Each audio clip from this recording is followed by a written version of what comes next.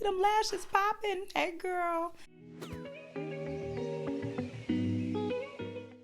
What's going on, y'all? My name is Vannesia Darby, and I'm a marketing consultant. And today's video is going to be about something that we started experiencing in our MySpace days, maybe our Zanga days, but it has taken on a whole new level, okay, now that we have social media at our fingertips all the time. And I'm talking about clout. Let's just call a thing a thing. Sometimes people stunt for the gram, and I get it, right? You always want to put your best foot forward, but sometimes you need to ask yourself, when am I putting my best foot forward versus when am I actually not telling the truth?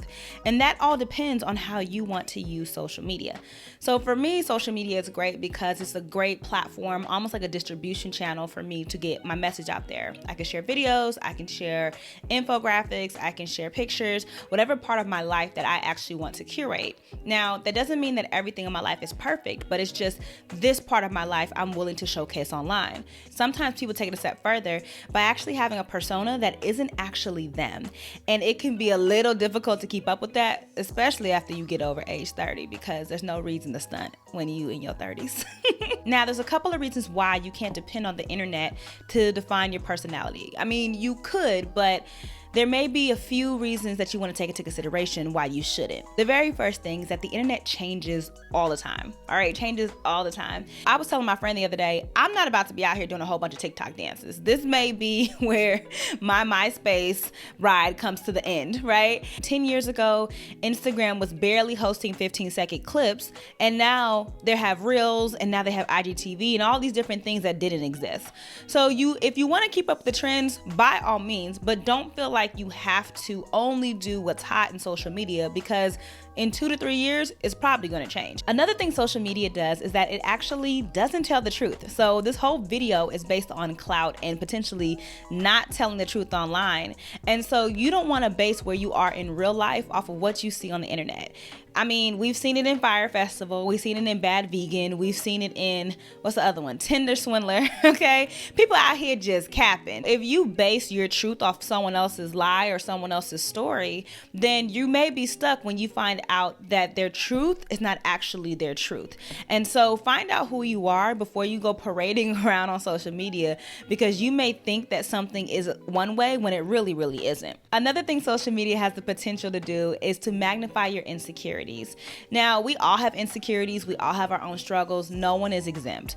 But when you're scrolling and following people that you may slightly be jealous of or slightly be envious of, it can lead as a gateway and make you feel even more insecure about things that you naturally feel insecure about. Not to say that all social media is bad, and I don't want this video to be bashing social media, but knowing what social media can possibly do can help you as you navigate on your different timelines. So if you know you have an insecurity against someone who has a perfect hair type or has a perfect body type or has a perfect life, then you may need to mute or unfollow those people as you work out your own insecurities before you hop on Instagram and follow 10,000 people that look just like who you're trying to be but haven't attained yet. And again, we all have insecurities. I don't want you to think that anybody out here on social media is perfect, but you curate, you have control. Curate what your feed looks like and how people show up on your timeline. And that puts you in control. And it doesn't matter if people feel slighted because you unfollow them or not. Let them know that you're working on something and you're trying to get yourself together so that you may need to unfollow or mute them for a little bit. I prefer muting people.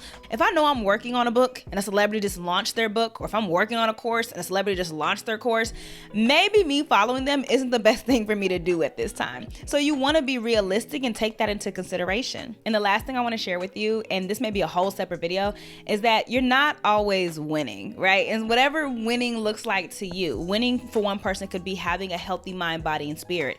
Winning for another person could be having a 6-figure business. Winning for another person could be making all 3 meals that day. But you're going to have your downtimes. And so sometimes you may look at social media to think that everyone's getting a new job, everyone's getting married, everyone's having a new apartment, everyone's graduated from college, when in all actuality, everybody's not doing that.